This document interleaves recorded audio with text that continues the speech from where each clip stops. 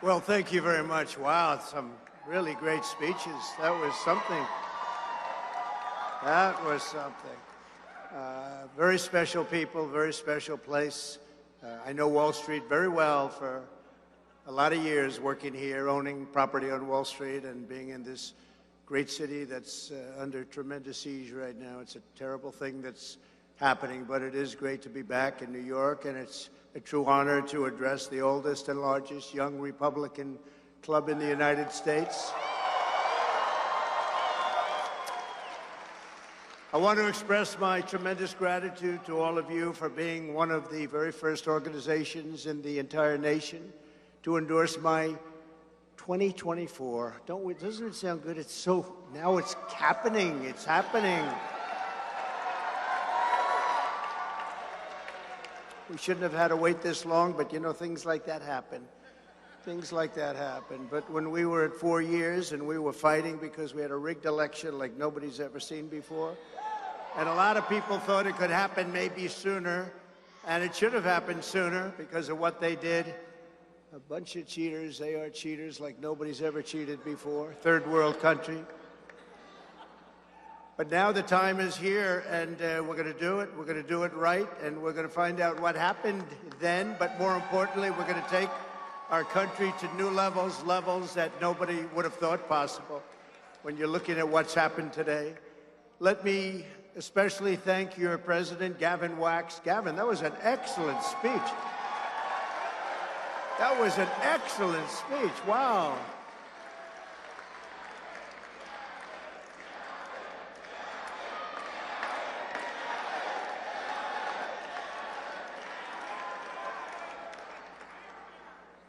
I want to thank you and for your future wife, even though you haven't told her that yet. Don't lose her, Gavin. Don't lose her. We cannot have you be depressed because we're going to take New York. And if you lose her, you'll be a very depressed person. You won't be able to do your job. So don't lose her, Gavin. But Gavin, for his outstanding leadership, along with Lee Zeldin, who did a fantastic job. It was a great run.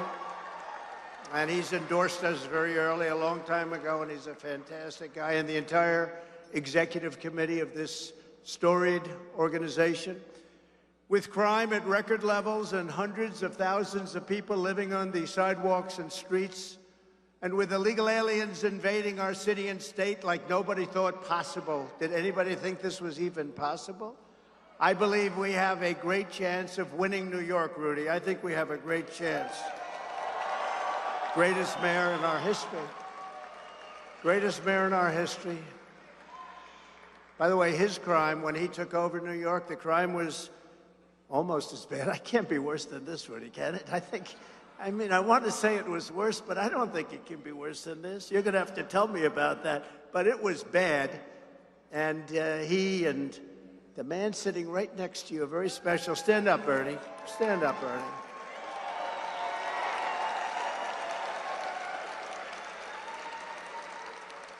You know, I pardoned Bernie, and he was very emotional when I did it, right? I didn't know he cried. I never thought he cried when he was a little baby, but he was very emotional. And now Bernie is cleaner. This is the expression they say, I never quite understood it, than a newborn baby's ass. Did you ever hear that? I don't know what that means exactly, but that's what they say. But you are. You're the cleanest person in the room. We're going to get Bannon there, too. He's pretty close.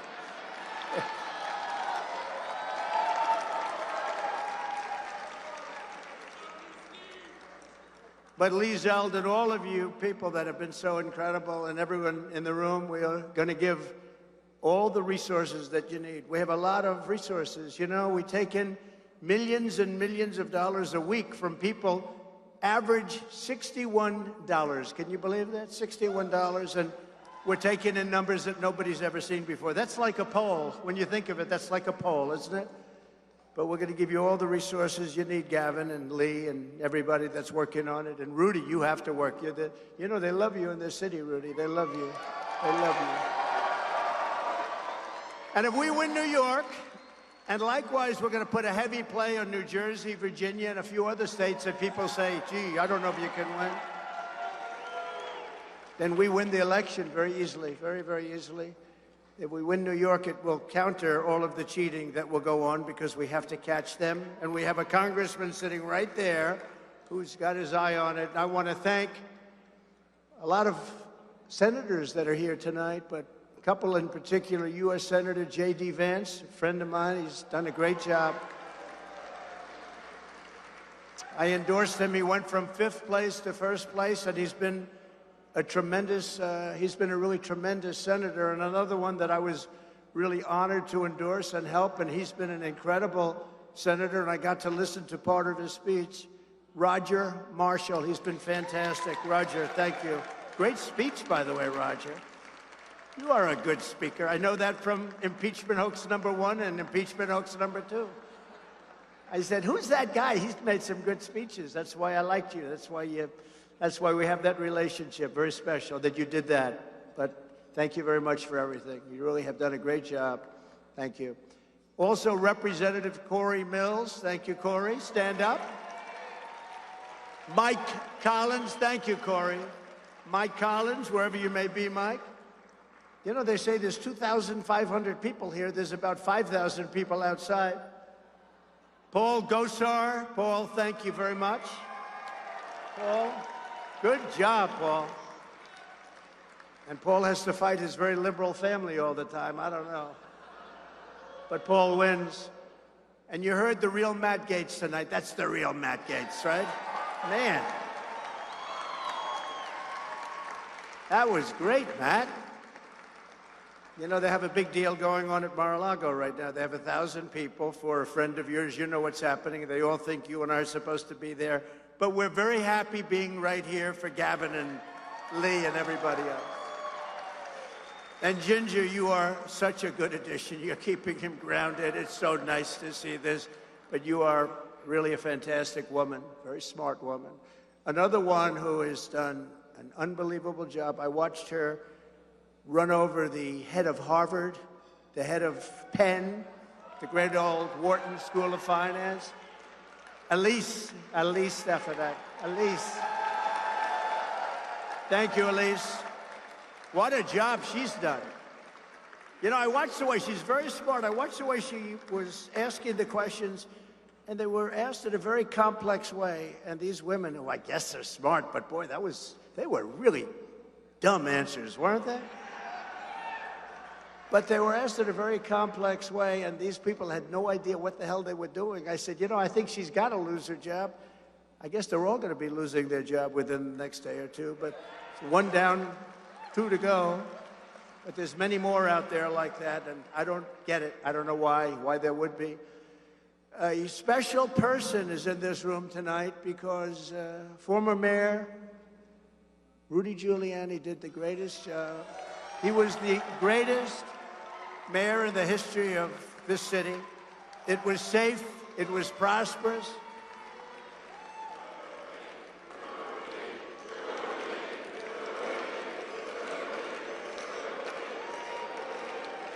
That's right, Rudy. Special guy. And he fought like hell. And by the way, did a hell of a job. He was out there. He was fighting. And he'd go and see legislatures. And he'd go to, like, the different legislatures and talk to legislators. And he would be, I mean, it was incredible. And he'd leave, and they all agreed with him 100%. But then courts would hold them back because judges didn't have the courage to do what they should have done. But Rudy is a warrior. He's a brave guy. He's a brilliant man. And he's been our friend. And there's nobody like him, really. There's nobody like him. When I see what's happened to the city in such a short period of time, it's very sad. But thank you. And you happen to have a great son who's a friend of ours named Andrew. Where is Andrew? Don't play golf with Andrew. He's too good. Andrew's a great golfer, too.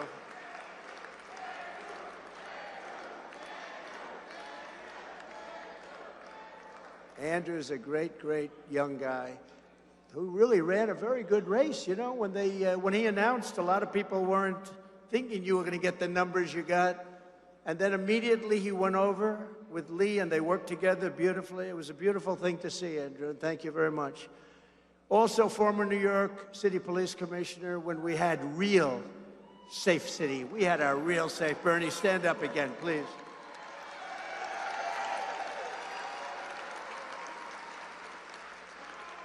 Thank you, Bernie. Great job. New York City Council member, Ina Verenkopf. Where is Ina? Where is Ina? Where are you? I want to see Ina. I hear so much about her. I read so much about her. Is she still there? What the hell is she doing so far back? Come up here. I want to see you. Come up here. I'm reading all about her and how incredible. You do a great job. I think, are you the only Republican still on City Council? Just come here.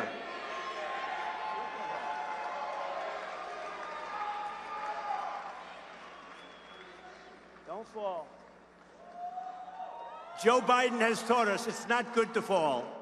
Thank you, darling. Oh. That's why I wanted to see her. Beautiful job. Great job.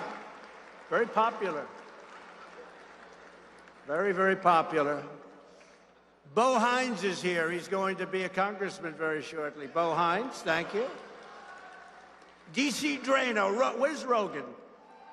Rogan O'Handley. Where is Rogan? Oh, he's so good to me. Thank goodness he's on my side. Oh, man. I would hate to have D.C. against me, right? But Rogan, thank you very much. A great, special guy. J.R. Majewski, somebody that the deep state did some really bad things to, but we stuck by him. We stuck by him, and J.R., where's J.R.? What a job. We're on. What a job. Well, it shows perseverance works, right? You know, he backed me. He took a tractor. He had a sign, Trump, Trump, Trump all over the fields of your beautiful state, and you've been totally exonerated. You told the truth, and they played dirty pool, but you'll get a second shot, right? You're going to get a second shot. Great job. What they did to you is very unfair. A man who's been a friend of mine for a long time. He looks fantastic. He just had his 49th birthday, and he's looks much younger than that, actually. I don't know how the hell he really looks so much better than 49. And, you know, I have to tell him about the meeting. Should I tell him, Steve, real fast? So we had a meeting when I was looking bad. We had one of the 29 or 30 inescapable things that happened, you know. We had the John McCain incident. That I want to see the one who wasn't caught. We want the one who wasn't caught. And people said, sir, that doesn't work. And that was fine. But we had a lot of inescapable situations, but probably the biggest inescapable one was the one we know about, Steve, right? So it doesn't matter what one, because I don't want to exactly bring it up, but we had a group of people around in my apartment, and it looked like it was in trouble, and we went through a list of very well-known Republicans. What do you think we should do? Sir, one said, sir, I think you should resign, and this is in the middle of the campaign. I already got the nomination. This is like in October. I think you should resign, sir, and I think we should appoint either Mike Pence or somebody else. How about that one? And maybe, he said, and maybe they'd have a chance of winning. I went to the next. We had about 10 people. Went to the next. Sir, I don't think you'll be able to make it, sir. I went to one person who said something that was so horrible. They said, sir, you can stay in and have the single greatest defeat in the history of politics, or you can get out, we'll appoint a Republican to take your place, and maybe that person will have a chance of winning. And we went through like this, and then I got to Steve Bannon. I said, Steve, so what would you say we should do? It's a true story. This is a true story. I said, so Steve, what would you say I should do? You should stay in, sir. You're going to win this race 100%. He's the only guy. True. Right? 100%.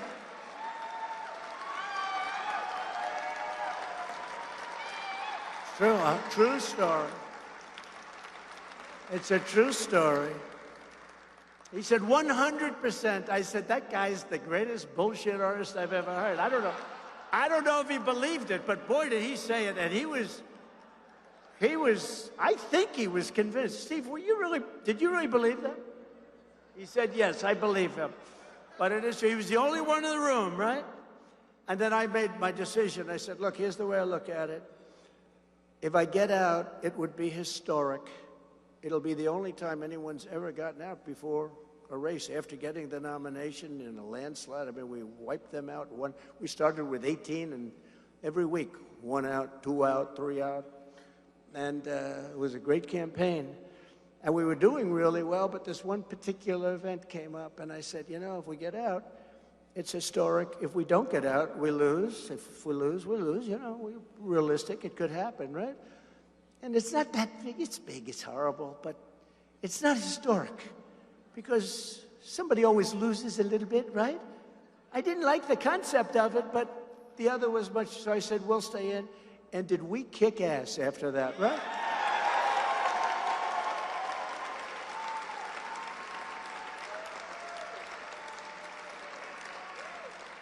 And you know, probably have to go a little further because they seem to be enjoying this, Steve. We could go on about this one, but you know, the next day, or very shortly thereafter, we had the debate starring crooked Hillary Clinton, who I don't call crooked anymore because I use the name now for Biden. Now we call her Beautiful Hillary. She's a beautiful woman. Now I want to use that name because it's more appropriate. I like, which is better, Sleepy Joe or Crooked Joe? I like Crooked better. What do you like better? Ready? A poll, a free poll. Crooked Joe or Sleepy Joe? I may have to change it back. But I went onto that stage just a few days later, and a general, who's a fantastic general, actually said to me, sir, I've been on the battlefield. Men have gone down on my left and on my right. I stood on hills where soldiers were killed. But I believe the bravest thing I've ever seen was the night you went onto that stage with Hillary Clinton after what happened. And then that woman asked you the first question about it. And I said, locker room talk. It's locker room talk. What the hell? What are you talking? Locker room talk. That was not a great... And, you know, I dropped 11 points. 11 points, and then after the debate, I went up 13 points. You remember that? I went boom, boom. It looked like somebody with a really bad heart. It went like this, bing, bing. It was a little gap. In fact, to this day, people say, what the hell was this event? I can tell you, but we won't get into it. But that was an incredible event, but it was an incredible campaign, and we won, and nobody thought we could win. Nobody thought any Republican could win.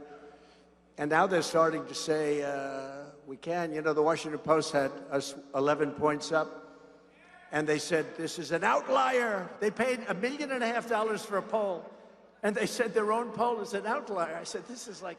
So then they had it rechecked, and it turned out to be 12 points. You know that. They haven't announced it. So we're going to give it a shot, and I'll tell you what, I've never seen enthusiasm like I've seen right now, Steve. There's never been enthusiasm. You know, we did great with one, we did better with two, but there's never been anything like this. And Gavin, I will tell you, in riding down, and I was just asking Secret Service, how the hell do they know I'm in the car? Because we have windows this thick. They're like really good. Very good. I have guys walking up to that thing. If they held a little thing, I'd say, go ahead, shoot, shoot. You know what happens? The bullet bounces back and kills them. That's what I got him. They say, I got this guy. I got him. Go ahead and shoot. Here I am. Shoot. Bing, bong. That's the end. The windows are that thick.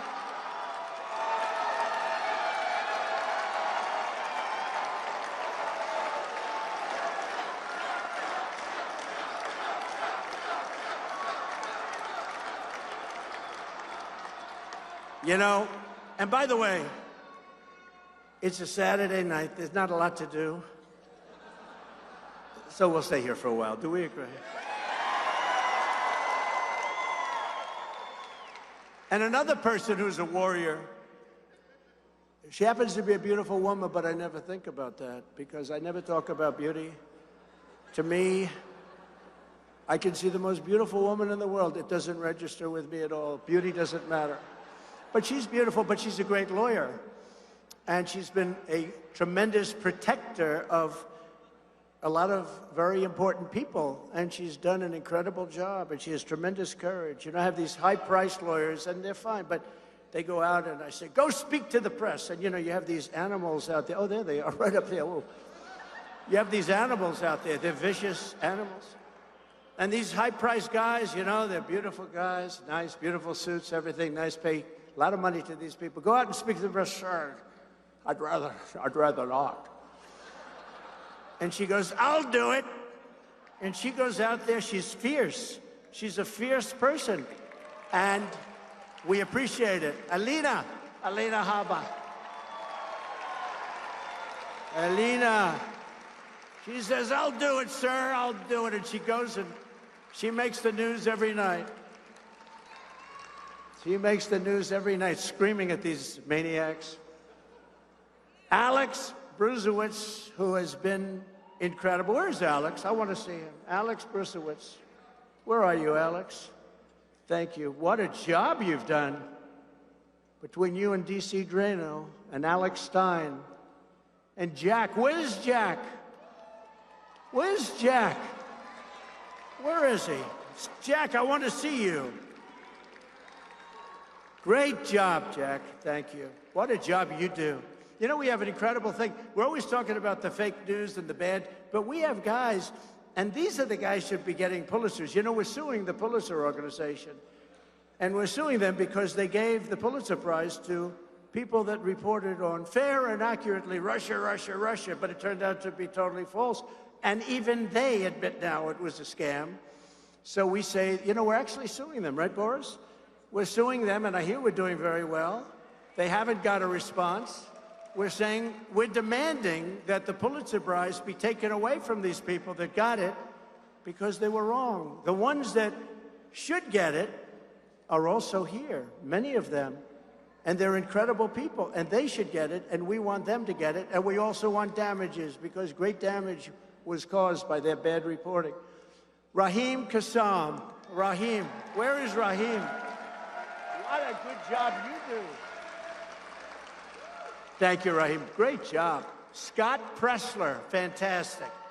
Thank you, Scott.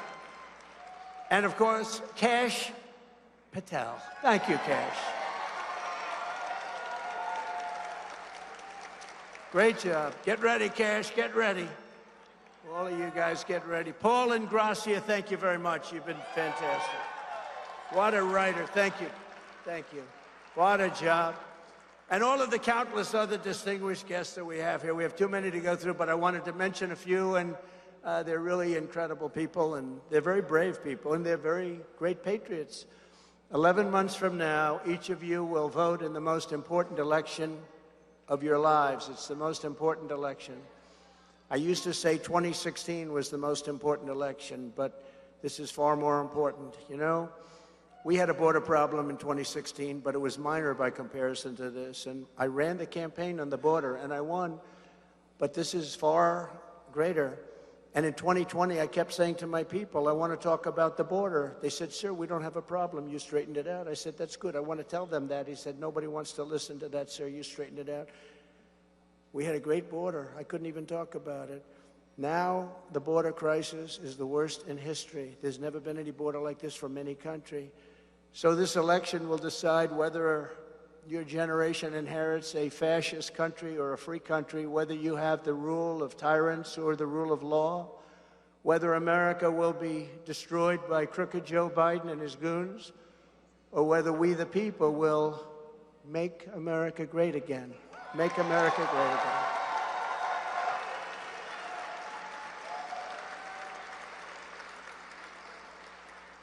Which I think is the greatest phrase in the history of politics, don't you think? You know, I think so. Ronald Reagan had, let's make America great, so it was different. Somebody said, oh, but Ronald Reagan, no, he didn't. He didn't, number one, it wasn't a big deal with him, but he had, let's make America great, which is okay, but make America great again. How powerful is that? MAGA. MAGA. I tell that to Biden. I say, Joe, when he gets up, we've got to stop the MAGA extremists. Yeah, I'm extreme about making America great again, right? We're extremely. They can't get away. They can't get away. It's such a great. You know, we almost changed it to CAG. You know that. Because we had America great. We were doing so great. We had the greatest economy, all the things. And so I had another one, keep America great. But somehow it never registered the same way. MAGA is the greatest phrase, I think, in the history of politics, anywhere. You know, I tell the story that Pat Buchanan, who's a wonderful guy, a great conservative guy, and he became a very famous political pundit, did great. He had a wonderful life, and he's still, you know, I think he's around, and he's an older guy right now, but he had a wonderful life on doing well in New Hampshire. He did well in New Hampshire. We won 50 states. Think of it. Last time we won 50 states, we won 32 states in the election, but we won 50 states. We probably won 50 states in the election too, but we won't get into that. But think of it. This is the greatest movement in history.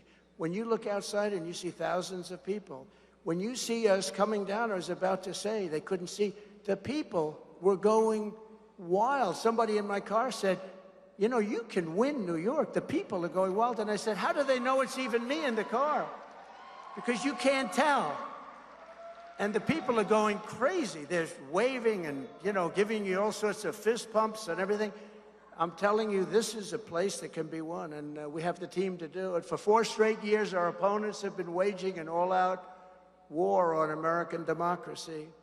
They tried to overthrow the duly elected president, thank you very much, with one hoax, witch hunt, and abuse of power after another, one after another, right? All of the different things. Mueller, we had Mueller to take care of. We had more than anybody.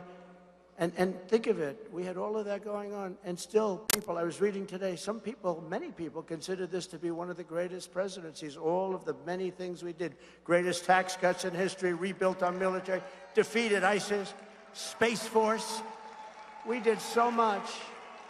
We became energy independent. We were soon going to be energy dominant. Then they rigged and stole the election of 2020, and since Biden got in, he has been weaponizing government against his political opponents like a raging third world tyrant. That's what he's been doing. He looks like an innocent guy. I actually don't really know that it's him, because I know the people that surround him. I think it's them, and he's a perfect vessel. He's so good. They love him because he has no idea what the hell he's doing. He has no idea where he is. He can't put 2 sentences together. And he can't get off a stage. He can never find his way off the stage. You know, like this stage has a stair there, a stair here, a stair there. Or you could jump off the, you know, front. The guy can't. But to show you how dishonest the press is, until I got indicted, I was pretty nice to him because I have great respect for the office of the presidency. You don't mind if I go off teleprompter, Steve? It's so much better.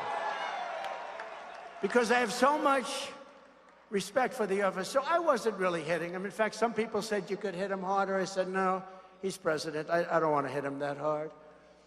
And once I got indicted the first time, and then the second, third, fourth, and then they were going to do 2 more, and they called in, we're going to indict this guy into office. Stop, don't do him. Don't do him. And I could be indictment proof right now. You know, I don't think they can do it, Sid. I don't think they can do it. But they stopped it. They heard about it. I think they sent their biggest people. Don't do it! Local DAs, all controlled by the White House. Local attorney generals, state attorney generals. And what's happened is, since the indictment, the gloves are off. It's just, you know, you can't do any worse than this. I got indicted, first time in history. First time in history. And I always say Al Capone, the greatest of them all, gangster, Scarface, he'd kill you. He'd kill you, Mr. Congressman, if he thought you were smiling at the table. If you were smiling at him in a way that he thought was mocking, because he was, you know, a nasty person, he would kill you. He would kill many, many people. He was probably the greatest gangster of them all. He got indicted one time. I got indicted 4 times. Scarface. Not a very nice person.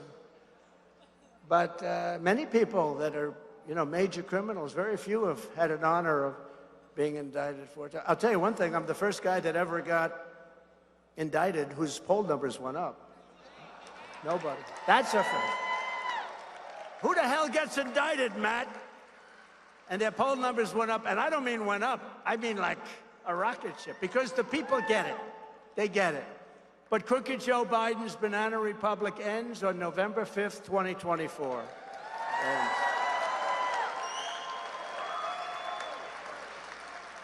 And you've been seeing what's going on. In the past few weeks, the radical left Democrats and their fake news allies have unveiled their newest hoax, that Donald J. Trump and the Republican Party are a threat to democracy. Do you believe it?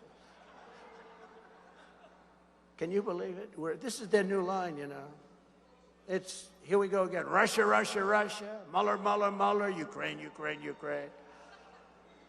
One hoax after another. How about Pfizer? They don't talk about the fake Pfizer report signed. And so bad, right? Signed. But no, I'm not a threat.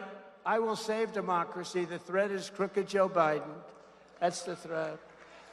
And they think that the threat to democracy, and that's what it is. It's a hoax. It's a new, we call it now, the threat to democracy hoax, because that's what it is.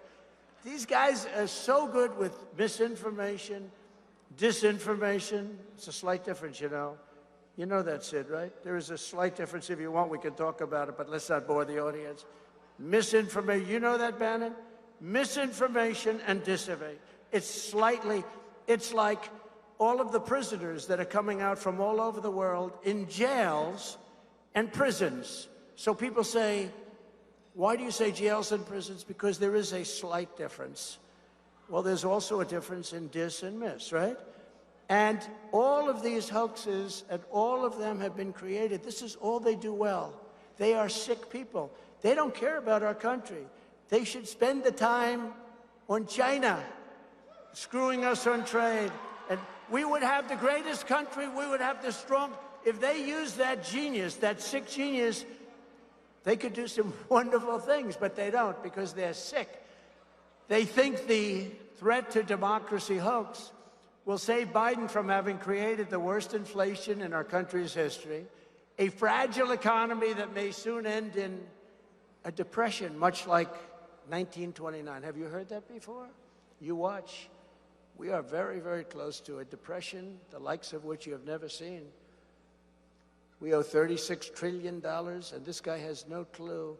And you know that Mitch McConnell gave him $10 trillion for them to hand away like candy. He's almost, I could say, and maybe he is worse than any of them, that he allowed them to have votes. He needed 10 votes, 12 votes. He needed different votes. He gave them many times votes. You add it up, it's close to $10 trillion. And they go and they hand it out like candy. And it's the one thing they can say. And the only reason they got it is because Mitch McConnell and his little gang of people gave it to him. And it's a disgrace to the Republican Party, and it's a disgrace to our nation. Disgrace. But I have to be careful when I say that because Matt Gaetz is a big, big fan of Mitch McConnell. He's a big fan, and Bannon must love him. You love Mitch. I don't know. He seems to be checked out now. He seems to be checked out. I hope the hell he gets out of there. And the other thing I'll do that nobody else would be able to do or even think about is we will not have a World War III under President Trump. But you might very well have one under what's happening now. And if this happens, this will be a war like no other war. This will be a war the likes of which this world has never seen because of modern-day weaponry. I mean, think about it. In Hiroshima, we've all seen it many times, and Nagasaki, just think about it. Multiply that explosive power times 500, Mr. Congressman. 500. And that's the kind of power we're talking about. This would be a war like nobody's ever seen, probably obliteration. Biden is the real threat to democracy for two simple reasons. He's corrupt and he's incompetent, grossly incompetent. But we have to fight Democrat misinformation at every corner if the Republican Party is to survive. I mean, they're trying to end this party. Not going to happen, by the way, but they're trying. We're not going to let that happen. And much more importantly, if our country survives, our country's in trouble. We're not respected. We're not listened to. 3 years ago, we were more respected, I believe, than this country has ever been. I would call these guys. I would get whatever the hell I wanted from them. I didn't have to even make trips. President Xi respected your president, and he respected our country. Now they laugh at us. They lecture us about all sorts of things. They would have never done that with me. But it's so sad when I see what's happened to our country. We're no longer a leader in the world. And, you know, when they talk about Ukraine, we've put up $200 billion. The European nations, who are approximately the same size as our economy when added up, are in for 18. Why doesn't somebody say equalize like I did with NATO? I said, you have to pay your bills. And I took in $400 billion. Just like with Russia, the radical left communists, Marxists, fascists are always accusing us of exactly what they themselves are doing. It's what they do best. It's really what they do best. They're bad on borders. They're horrible on policy. They want high taxes. They're really bad on everything except for cheating on elections, in which they're perhaps one of the most brilliant groups of people in history. Every abuse of power, the fake news is ridiculously claiming I will commit is, in fact, being committed by Crooked Joe and his thugs. They're trying to lock up their political opponents. They want to lock up their political opponents, in particular me. Thank you very much. It's an honor. They're trying to criminalize free speech and take total control over the American people. But then I came along, and I'm standing in their way, and now millions of Americans are joining us. Millions and millions are joining the Republican Party. We've never raised so much money, and you know who's giving us the biggest share of the money? People that are paying $61 on average apiece. Think of it. Not the people that are giving us millions and millions of dollars, but the people that are paying $61. There's never been anything like it. The only one, and it's not even close, is Bernie, crazy Bernie. Bernie had a little thing going. I remember when he had his rallies, and if he had 2,000 people, they used to say, this rally is massive. It's unbelievable. And I'd have a rally down the street. We'd have 35,000, and they'd say, Trump's giving a rally today. They always used to talk about how big his rally. Remember, Steve? Bernie would have 1,500 people. This is a magnificent, the crowds. I'd give one 35,000 people. Trump had a rally, too. These people, they are the most dishonest people anywhere in the world. They're the fake news, fake news. They are fake. One of our better terms. We've had a lot of good names. I think fake news is one of the best. The only problem is it's not tough enough, because they're much worse than fake. They're fake and they're corrupt. There are a lot of terms, but somehow fake seems to have stuck, so let's leave it that way. Poll numbers reveal that Black, Hispanic, Asian, and just about everybody else want to join the Republican Party right now.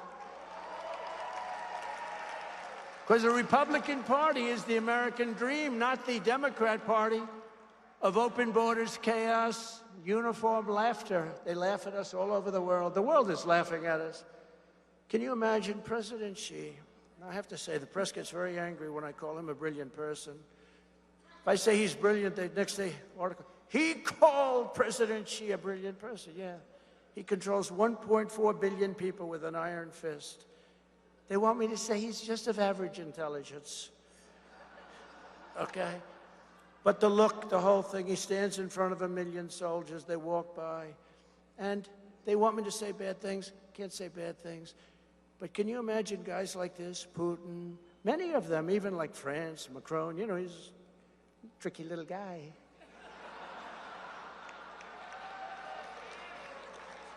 No, but they're all sharp. How about Kim Jong-un? He's got more nuclear missiles. I said, can you do anything else? Let's go to a ball game or something. Did you ever? And we became very friendly, and they hate when they say that. You know, when they hear, well, we started off very rough. Steve was there, remember? Little Rocket Man? He's Little Rocket Man. He said, I have a red button on my desk. And I said, I have a red button too, but mine's bigger and mine works, right?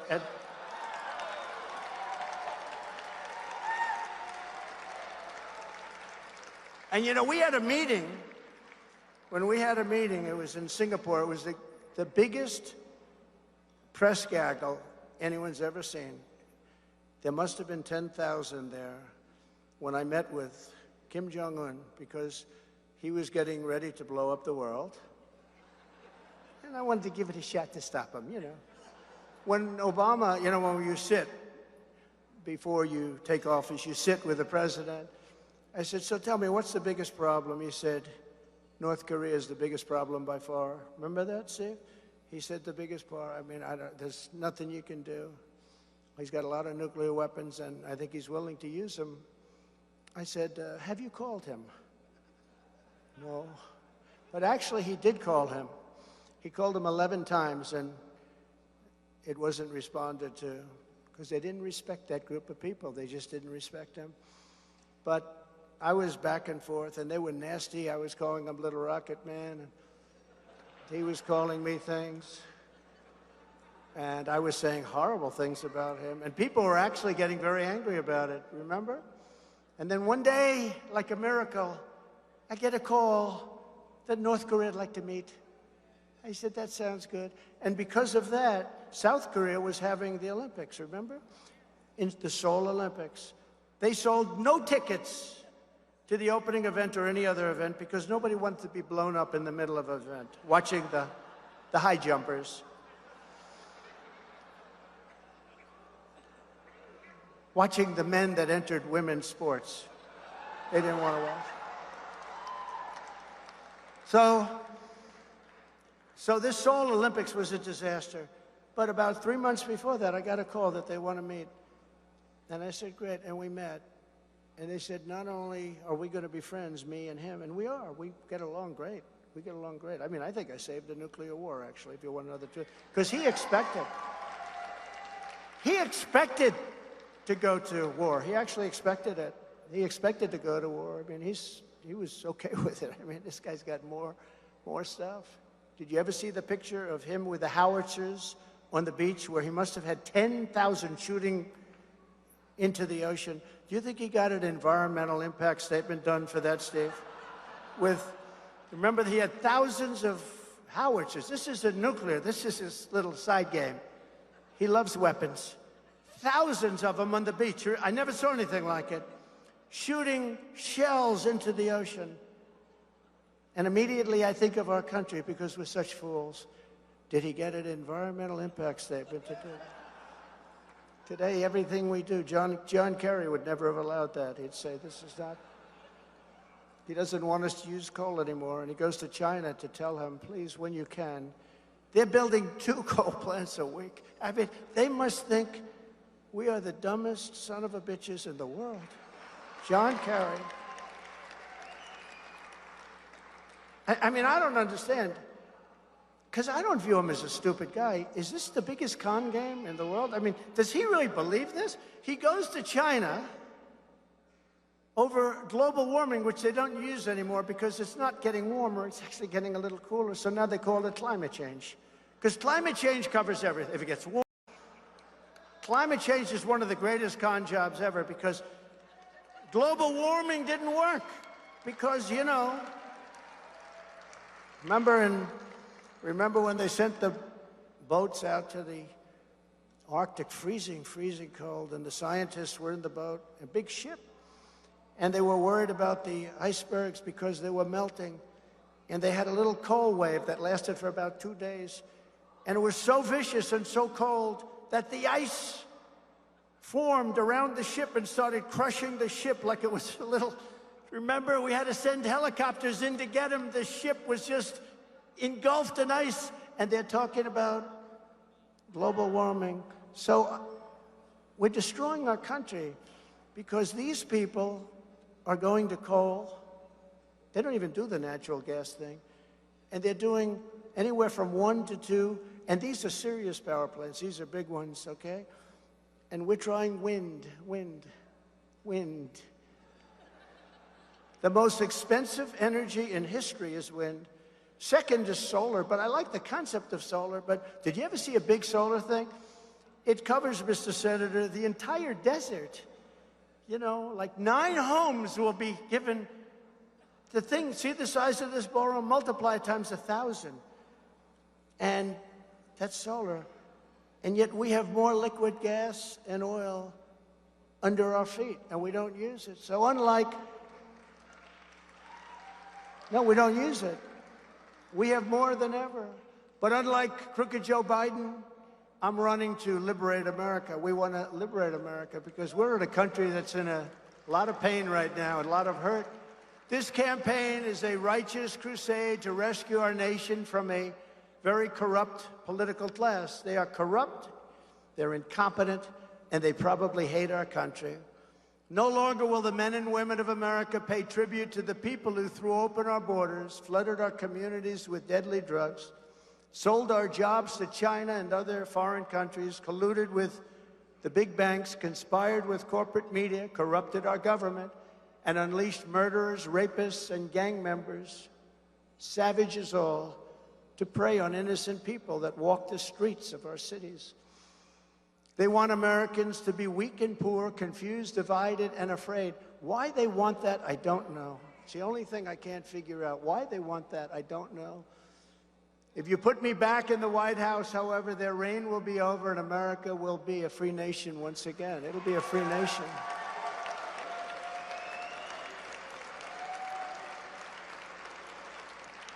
The media's new threat to democracy and the democracy hoax is a desperate and shameless attempt to distract from the monstrous abuses of power the radical left is committing before your very eyes.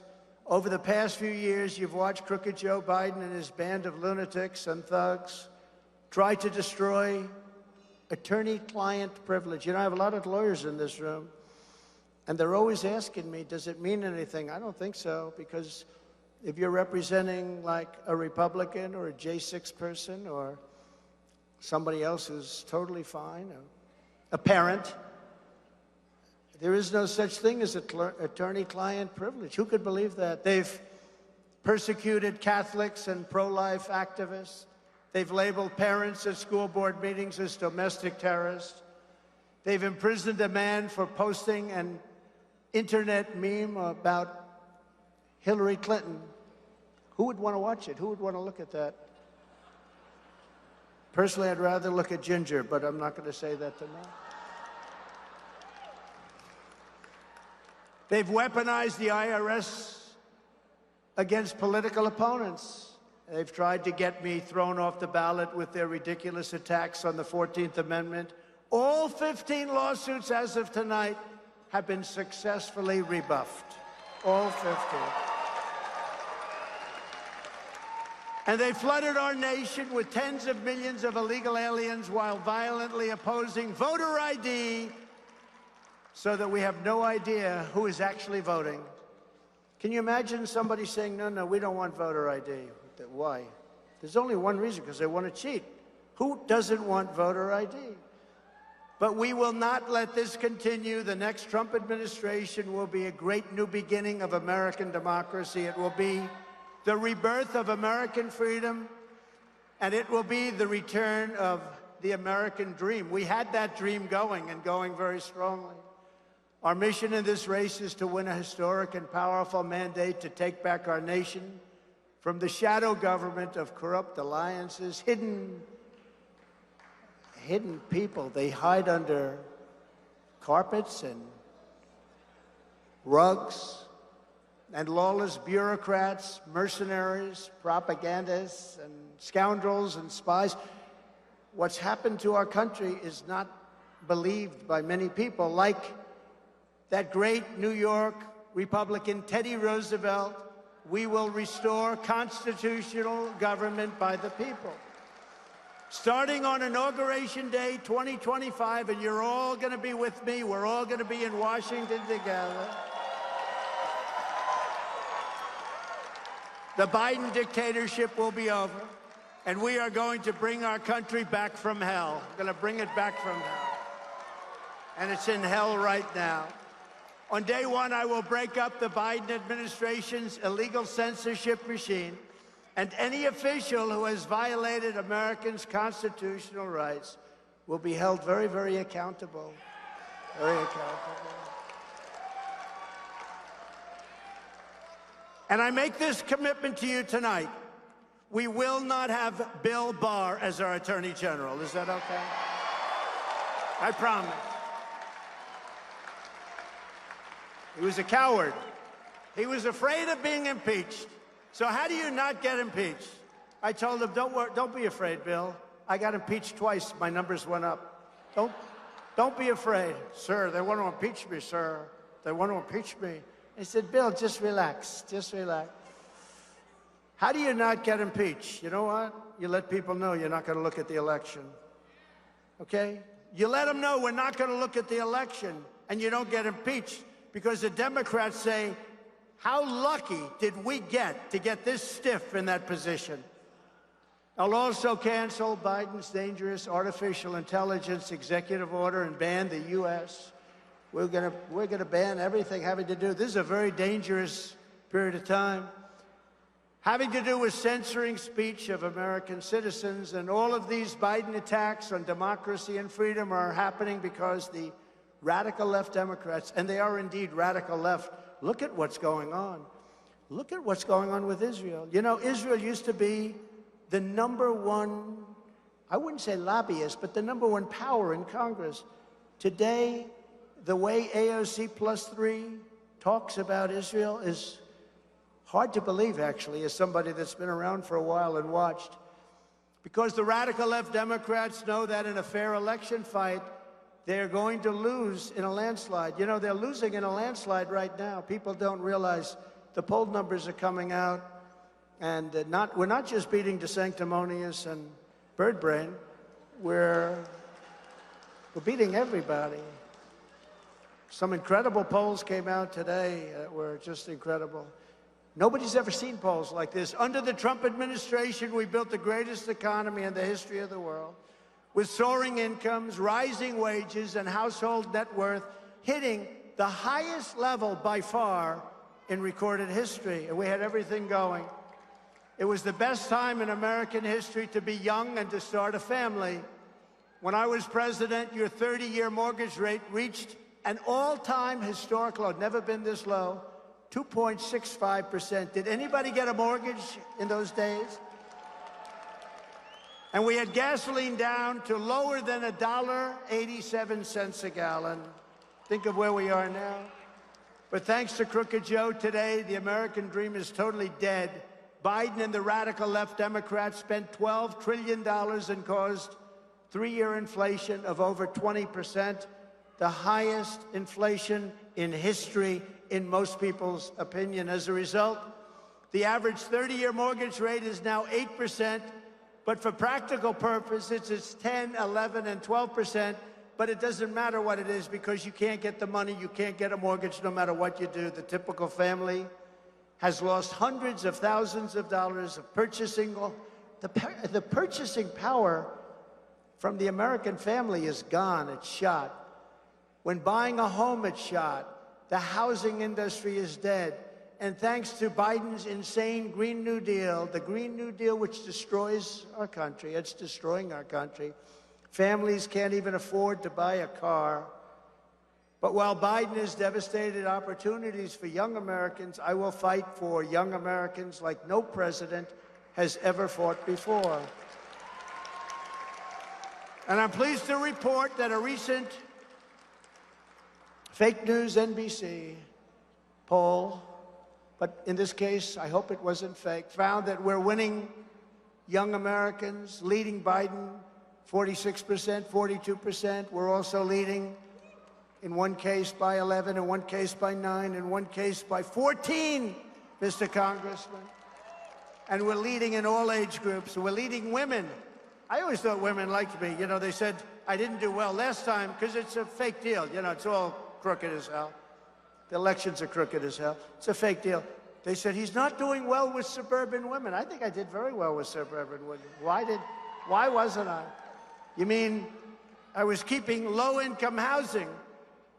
I signed an order, no low-income housing in the suburbs next to somebody's house.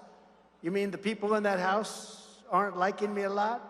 I think it was a whole con job. I think I did very well with suburban women. But now they're saying that I'm doing well with suburban women. And it's no wonder crooked Joe Biden and the far-left lunatics are desperate to stop us by any means because they're looking at the polls. You know what I love? I love when they say, we really want to run against Donald Trump. That's the one we want. How did they do in 2016, by the way? We want Donald Trump. We don't want to run against Ron DeSanctimonious with his high heels and his bobblehead bullshit, you know. No, he looks like a bobblehead doll. I don't like him because I endorsed him and, you know, I got him elected. You told me exactly. You were on the opposing party's campaign, opposing campaign.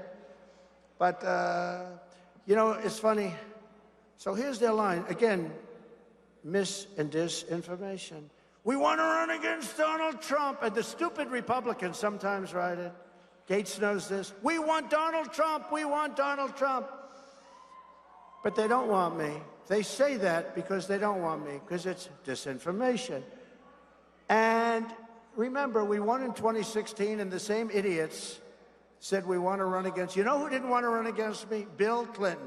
He told his wife, when she said, we want to run against Donald Trump, he said, no, you don't. Don't run against Donald Trump. No, Bill, I know we would. They didn't listen to him. You know, they threw him off the side. Bill Clinton went out to Wisconsin, and he went to Michigan, and he called in. He said, you better get people out here. You're going to lose Wisconsin. You're going to lose Michigan. They said, what the hell does this guy know? And they lost those two states, and they hadn't lost them in decades. They're weaponizing law enforcement for high-level election interference because we're beating them so badly in the polls. And, you know, one thing about running, I think probably, historically, if they wanted to run against me, they wouldn't have indicted me 4 times. Do you agree?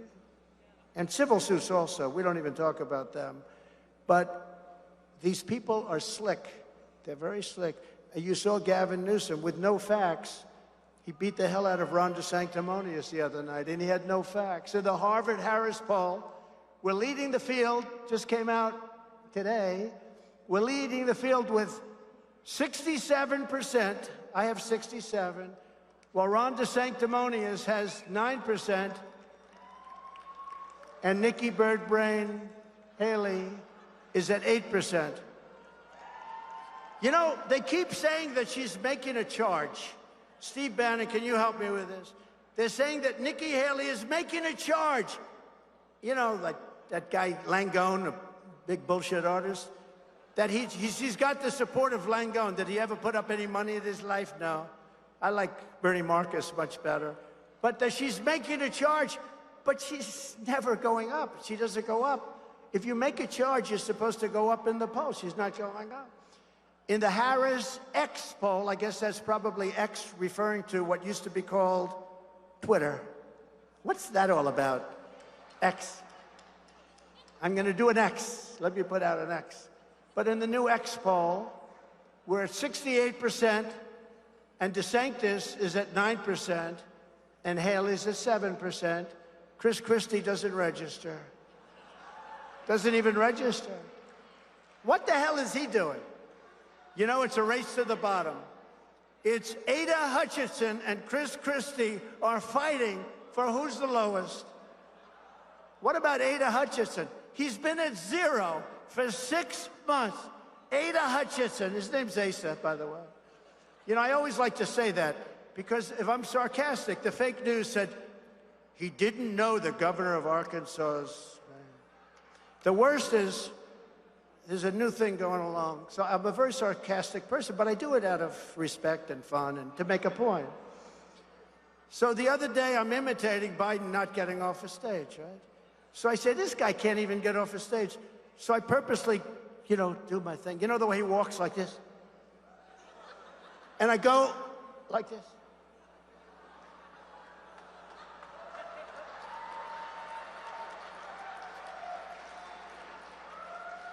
And the fake news put it up as though I couldn't get off the stage. It's true.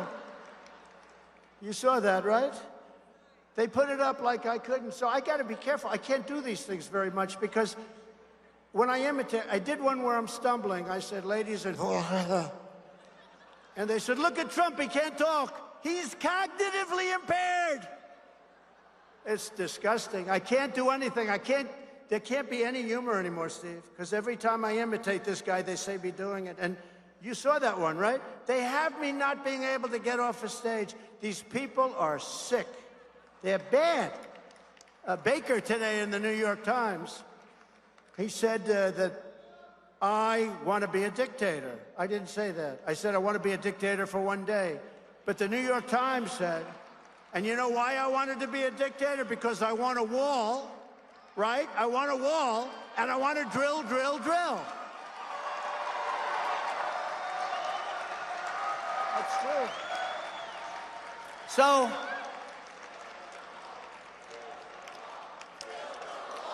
build a wall. Well, we did. We built a lot. We built 561 miles. You know what they do? When there's a 2x4 that's 70 years old laying on the thing rotting, and I put a wall up there, they say, he didn't build that wall. That was a renovation. We built 561 miles of wall, and I was going to build another 200 miles, but when the election was rigged, we couldn't do it. But I built more than I said I was going to build. But they call it not. Somebody said they say it's 200 miles. It's not 200 miles, and it's not 58. If there's a nail laying in the ground, and then we put up 30 foot, going down 7 and going up 30, they say it was a renovation. These are bad people. We're also totally dominating Biden in the general election, beating him by many, many points. The radical left Democrats rigged the presidential election of 2020, and we're not going to allow them to rig the presidential election of 2024. We're not going to allow it. Not going to happen. Every time radical left Democrats, Marxists, communists, and fascists indict me, I consider it a great badge of honor. I'm being indicted for you. These are not indictments in the traditional sense. These are Biden indictments against their... This is just against a political opponent. And the press refuses to say. They act like these indictments are legit. They're not legit. And with that, he's opened up a Pandora's box that may never let our country be the same. That's a very bad thing, what they did to me, because this was something that was not doable. But they've opened up a Pandora's box, and I only can say to Joe is, be very careful what you wish for, because what you've done is a terrible thing. When a president leaves, especially a very popular, I got 75 million votes, that they know of. We're not talking about the millions that were played with. Never forget, our enemies want to take away my freedom, because I will never let them take away your freedom. It's very simple, very simple. They want to silence me because I will never let them silence you, and in the end, they're not after me, they're after you. I just happen to be standing in their way, and you've heard that before. I mean that 100%. This is far more than a campaign we're all involved in. This is a great political movement. This is the greatest political movement in the history of our country. There's never been anything close. Together, we achieved the most secure border in U.S. history. We built, as I said, 561 miles of border wall and got Mexico to give us 28,000 soldiers free of charge. You know when they say Mexico didn't pay? Mexico paid far more. They gave us 28,000 soldiers. I said, you have to give it to us. If you don't give it to us, we're going to have a problem. They said, no, we're not going to give you soldiers. I said, okay, then we're going to tariff all of your products coming into the United States. And they said, sir, it would be our great honor to give you as many soldiers as you'd like.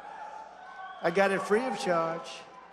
So when they tell you about Mexico didn't pay, Mexico paid much more than if they actually contributed to a war, which was a very hard thing to get done legally. Not to get done legally. I took on communist China like no administration in history, bringing hundreds of billions of dollars pouring into our treasury when no other president had gotten even 10 cents from China. I appointed more than 300 federal judges and 3 great Supreme Court justices. And I kept my promise, recognized Israel's capital, and opened up the American embassy in Jerusalem. I also recognized Israeli sovereignty over the Golan Heights, something that nobody thought was possible. And with the Abraham Accords, I even made peace in the Middle East. So we will once again have peace through strength when we become the 47th president of the United States. It's all about peace through strength. Just this week, crooked Joe Biden raised the prospect of American troops fighting Russian troops in an all-out war. I'm the only candidate who can make this promise. You are not going to have any more wars. You don't need wars. We can solve all of these problems. And everyone knows that if we don't solve them, we'll do the same thing to them as we did to ISIS. ISIS was defeated. Nobody thought that was possible, including our wonderful television generals. 3 years ago, we had the strongest border in our history. Now we have the worst. Does anybody know the snake? Has anybody heard the snake? Should we do it or not? What the hell? We have nothing to do. Should we do it? Bannon, should we do it, the snake? So this is about the border. This is about allowing people in that you know there's going to be trouble with. And it was a song. It was an old song. It wasn't meant for this. It was meant for other things. But it's been very popular. Has anyone ever heard it? The snake. It's amazing. All right, you're going to hear it now then. A legendary piece of poetry. On her way to work one morning, down the path along the lake, a tender-hearted woman saw a poor, half-frozen snake. His pretty-colored skin had been all frosted with the dew. Poor thing, she cried, I'll take you in, and I'll take care of you. Take me in, oh tender woman, take me in for heaven's sake. Take me in, oh tender woman, sighed the vicious snake. She wrapped him up all cozy in a comforter of silk and laid him by her fireside with some honey and some milk. She hurried home from work that night, and soon as she arrived, she found the pretty snake she'd taken in had just survived. Take me in, oh tender woman, take me in for heaven's sake. Take me in, oh tender woman, cried the vicious snake. She clutched him to her bosom. You're so beautiful, she cried. But if I hadn't brought you in by now, you truly would have died. She stroked his pretty skin again and kissed and held him tight. But instead of saying, thank you, ma'am, the snake gave her a vicious bite. Take me in, oh tender woman, take me in for heaven's sake. Take me in, oh tender woman, sighed the vicious snake. I saved you, cried the woman, and you've bitten me, but why? You know your bite is poisonous, and now I'm going to die. Shut up, silly woman, said the reptile with a grin. You knew damn well I was a snake before you took me in. That's what's happening to our country. That's what's happening to our country. We're taking in people into our country that shouldn't be in our country. Thank you very much. On my first day back in the White House, I will terminate every open border policy of Biden and the Biden administration and stop the invasion of our country. On Tuesday, we had the single highest day of illegal border crossings ever recorded. We had 12,000 in one day, many coming out of the prisons, many coming out of mental institutions all over the world. In Staten Island recently, 2 elderly World War II heroes and a Korean War veteran were thrown out of their nursing home to make room for these illegal alien migrants. They were thrown out. They were 94 years old. This is just one more reason why, upon my inauguration, we will begin the largest domestic deportation operation in American history.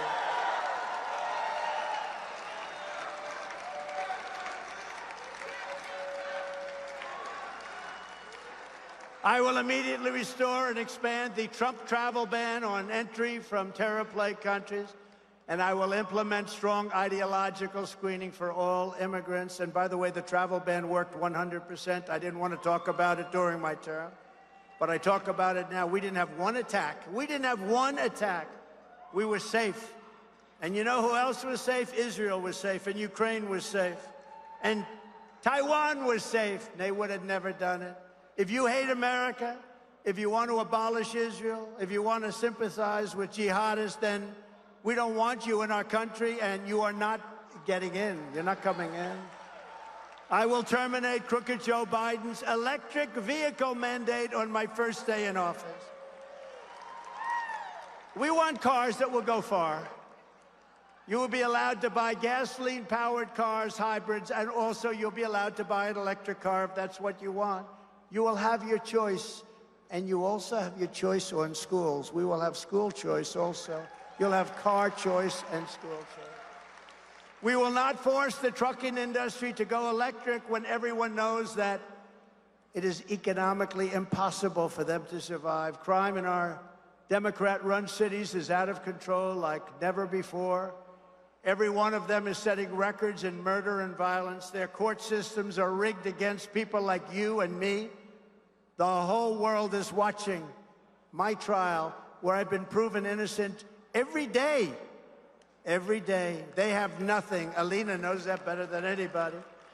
The case going on right now in New York State Supreme Court is a ridiculous, never-brought-before case, using a statute against me that has never been used, where a jury is not allowed. I'm not allowed a jury. And where a radical left judge has refused to let go of the case, which was brought by the most corrupt attorney general in the United States, working close association with Washington and the DOJ. They're working in very close association. And if it was brought, it should have been brought in the commercial division. This judge would not let it go. I've proven my innocence. Literally every single day we prove total innocence. The clubhouse-appointed, highly partisan judge, who is crazy, ruled violently and viciously against me before he ever knew what the case was about and before we even started the trial. He ruled against me before the trial was started. It should have never gone to court in order to make the case for the racist Attorney General, Letitia Peekaboo James. He had to get the values of my properties down very substantially from the true values. So he stated, as an example, that Mar-a-Lago in Palm Beach, Florida was worth $18 million, when in fact the real number is anywhere from 50 to 100 times that amount, maybe higher than that. An unassailable expert testified just this week that is worth much more than $1 billion.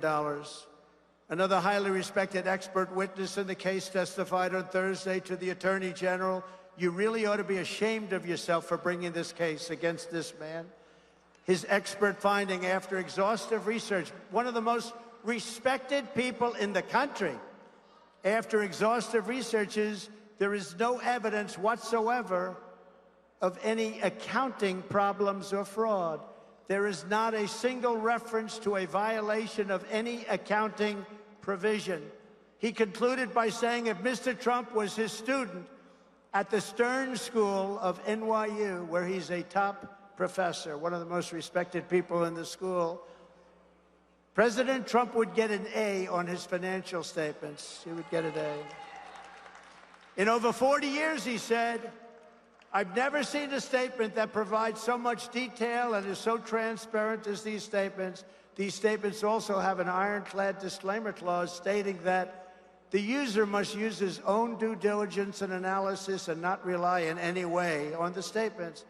Right there, we win the case, but this guy refuses to acknowledge it. The prosecution's star witness, their only witness, stated on the stand loud and clear, Boris, that he lied. He said he lied. I lied. It was like Perry Mason. He said he lied. You did a very good job on that, Alina. I'm proud of you. This was like Perry Mason at the end. Yes, I did it. I did it. It's always the last 3 minutes. It was like the last 3 minutes, too. He said he lied. He actually said he's the only witness they had. So we asked the judge to dismiss the case, and he said, no way I'm dismissing. It's a hell of a thing. It's a kangaroo court. This judge couldn't care less. He's out to do a job on all of us, and we cannot let it happen. An appeals court threw out approximately 90% of the case, was thrown out. But this judge openly refuses to honor the appeals court decision as he trudges forward. Facts mean absolutely nothing to him. He cannot wait to render a decision in favor of the crooked Attorney General, who used me to run for her current position, and then, remember, she ran against our governor now. She ran for governor, and she failed, only getting a few points in the polls. She dropped out. She then went back to the Attorney General's office stating that she had something very big to do. You know what the very big is? Me. She's a vicious lunatic. She's an incompetent. You know, as everybody knows, she was the one. She sued ExxonMobil in 2019. Letitia James, in a much-watched legal battle. The end result was that Exxon moved out of New York. How do you think that's a good idea? ExxonMobil, one of the biggest companies in the world, left New York and they went to Dallas. Great job, Letitia. And that's what's happening right now. Businesses are fleeing our country. Businesses are leaving this whole horrible system. They're leaving the state. They're leaving our country. Our country has changed so radically. It's business unfriendly, and they're going to other places, but they're fleeing New York State, and no businesses are coming back. Nobody wants to come back into New York State, but they're actually fleeing to other countries. She and the judge are having a great time together as they mock the system and disregard the appellate division's decision with a laugh and with a smile. I've never heard of a case where you win in the appellate division and the judge says, I don't care. I'm not going to abide by the appellate division. That's what we have. And that would have meant 90% of the case would be won. So all of this while murder and violent crime is taking place right outside of this courthouse. So just to wrap up, I want to say this. We have a sick country.